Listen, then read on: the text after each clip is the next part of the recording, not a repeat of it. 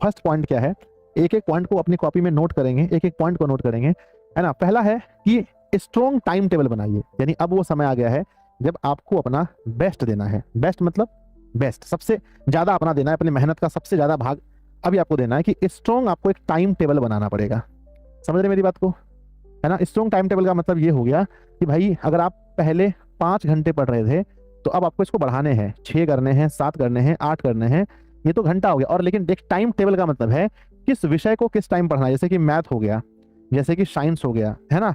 तो इसके लिए एक टाइम फिक्स कीजिए कि सर हाँ, मान लीजिए कि मेरी लाइव क्लासेस इस टाइम पर इस टाइम पर इस टाइम पर होती है, मैं कोचिंग इस टाइम पर जाता हूँ, बाकी जो समय बचता है उसमें अधिक से अधिक समय अपनी पढ़ाई पर दीजिए और एक टाइम टेबल बना करके अपनी पढ़ाई कीजिए। अब ये टाइम टेबल आप लोग कहेंगे सर आप बना कर दीजिए, तो बच्चों किसी के ऊपर किसी का टाइम टेबल थोपा नहीं जाता है।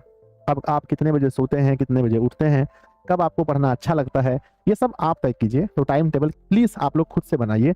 मैं सबसे अधिक बच्चों, अधिक टॉपर्स का इंटरव्यू लिया हूँ, मैंने एक चीज कॉमन देखा है सबके पास कि वो सब लोग एक टाइम टेबल को फॉलो करते थे।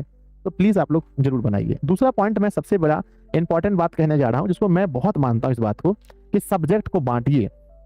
अगर हम ये चीज तय कर पाए खुद से कि हमारा कौन सा स्ट्रोंग है और कौन सा वीक है, तो हम सब्जेक्ट को बांट कर पढ़ सकते हैं। जैसे मैं जब 10th में पढ़ता था, स्पेशली मैं बताता हूँ, तो मेरे लिए उस समय जो सबसे खतरनाक सब्जेक्ट था, एक था हमारे लिए मैथ और दूसरा था हमारा संस्कृत। क्या था? मैथ और संस्कृत। तो मैं ये हमें स्ट्रॉन्ग, ये हमारा सबसे खतरनाक जो था मैथ और संस्कृत, यानी कि बच्चों वीक मारा था, माफ कीजिएगा, ये वीक में था मेरा उस समय, मैथ और संस्कृत, है ना। खैर अभी हमारा दोनों बहुत अच्छा है।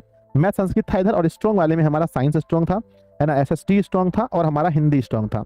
तो क्या होता है ना कि अगर स्ट्रॉन्ग वाले सब्जेक्ट में अगर आप थोड़ा कम भी टाइम देते हैं तो दिक्कत नहीं होती है ना। लेकिन यहाँ आपको मान लीजिए कि जैसे आपको पढ़ना है, 2 सब्जेक्ट, 3 इधर हैं और 2 इधर हैं, और टोटल आपके पास 5 घंटे स्टडी के बनते हैं।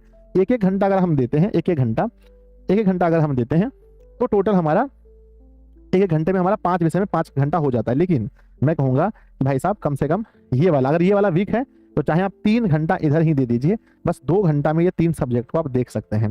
तो ऐसे ही जो आपका वीक सब्जेक्ट है उस पर फोकस कीजिए, नहीं तो आप टॉपर नहीं बन सकते हैं। और